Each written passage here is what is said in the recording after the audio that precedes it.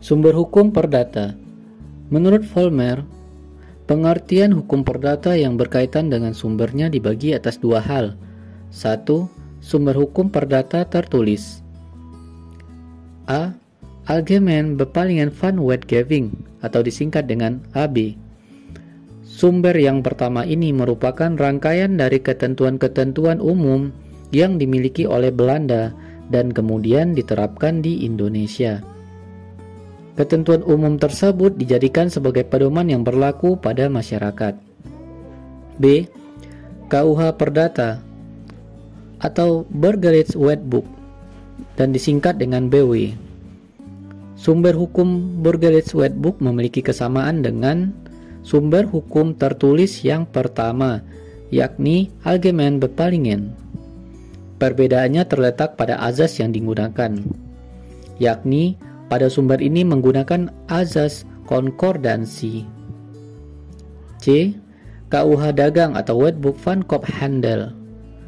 Sumber hukum ini mengatur mengenai dua hal. Pertama, mengenai perdagangan secara umum, lalu yang kedua, mengatur mengenai hak dan kewajiban yang berlaku dalam bidang pelayaran. D. Undang-Undang Nomor 1 Tahun 1974 tentang Perkawinan. Undang-Undang Perkawinan merupakan salah satu upaya unifikasi hukum perdata yang berlaku bagi seluruh warga negara Indonesia.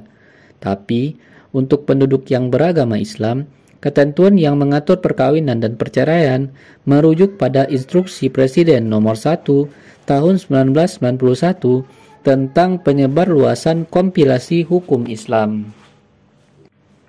E. Undang-Undang Nomor 5 Tahun 1960 tentang Peraturan Dasar Pokok-pokok Agraria. Dasarnya, hukum ini mengatur mengenai lingkup pertanahan yang berlandaskan pada hukum adat.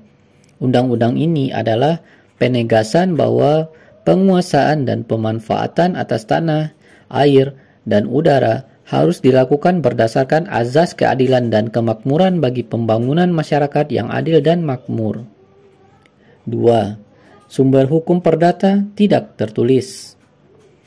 Sumber dari hukum perdata tidak tertulis adalah kebiasaan-kebiasaan yang biasa dilakukan oleh perseorangan yang akhirnya dijadikan sebagai panduan atau sumber hukum.